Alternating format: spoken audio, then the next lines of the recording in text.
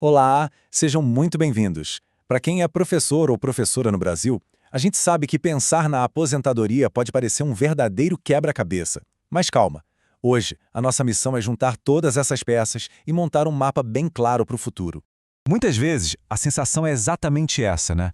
Um labirinto de regras, de datas, de cálculos que não param de mudar. Dá a impressão de que a saída está sempre se movendo. Mas olha, a boa notícia é que todo labirinto tem sim um caminho certo. E o nosso objetivo aqui é justamente encontrar e mostrar esse caminho. Certo? Vamos ao que interessa. Para a gente entender como a aposentadoria funciona hoje, a gente precisa voltar num ponto específico que basicamente redefiniu tudo: a reforma da Previdência de 2019, que veio com a Emenda Constitucional 103.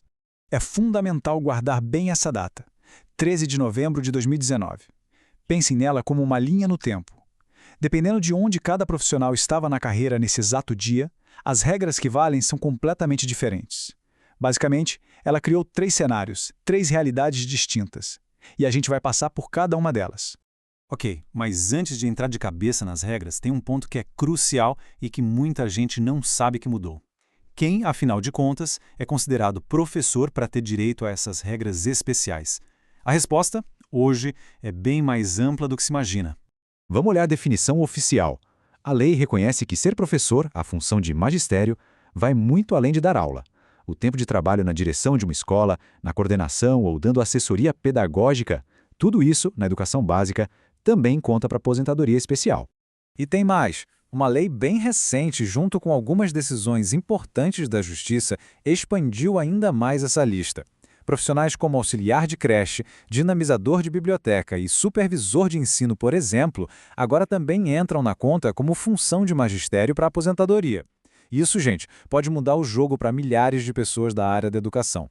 Ok, agora que a gente já sabe quem tem direito, vamos voltar para aquela data-chave e entender as 3 realidades que ela criou. É muito importante que cada um consiga identificar em qual desses caminhos a sua própria situação se encaixa.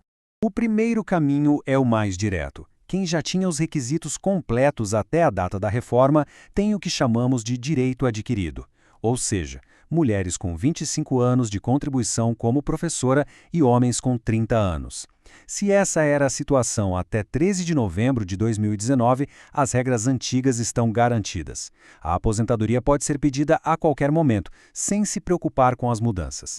Agora, vamos para o segundo caminho, que é onde está a maior parte dos professores e também a maior complexidade. Quem já estava na carreira, contribuindo, mas ainda não tinha completado o tempo necessário antes da reforma, caiu nas regras de transição. Elas são basicamente uma ponte entre o sistema antigo e o novo.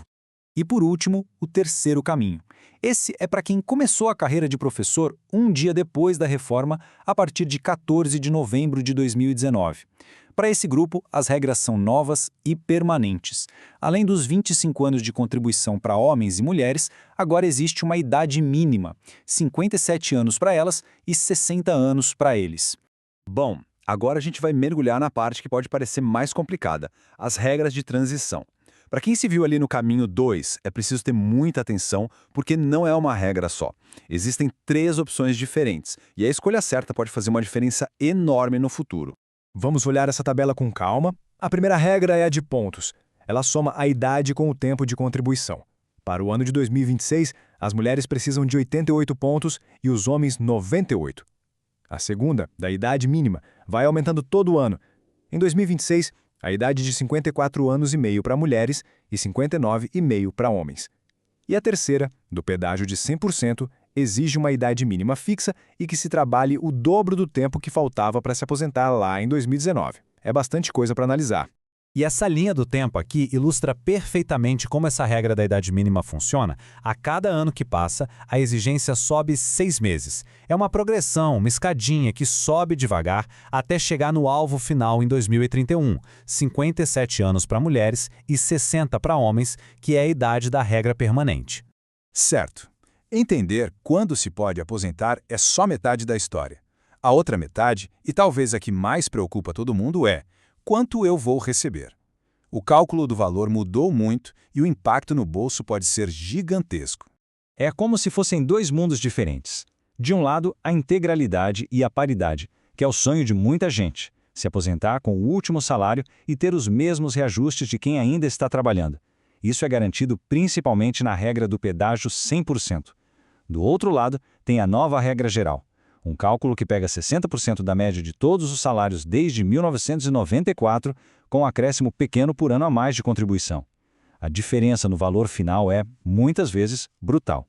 Com tantas regras, datas, cálculos, fica bem claro que a estratégia de simplesmente esperar o tempo passar pode não ser a melhor, né? A verdadeira chave para ter uma aposentadoria tranquila e segura financeiramente é uma só: planejamento. E um planejamento ativo. E aqui está o ponto crucial. Essa história é real, foi tirada de uma das nossas fontes, uma professora recebeu uma orientação errada e se aposentou. Anos depois, veio a bomba. Não só o valor estava errado, como ela queria que devolver mais de R$100 mil ao Estado. Imaginem o susto! Isso mostra o custo altíssimo que um erro no planejamento pode ter. A verdade é que cada caso é um caso. A melhor regra de transição para um colega de trabalho pode não ser a melhor para outra pessoa. O caminho ideal vai depender da história de contribuição, da idade, dos objetivos de vida de cada um. Então, a pergunta final, que fica para reflexão, não é só sobre entender as regras, mas sim sobre já ter começado a desenhar o próprio mapa para o futuro.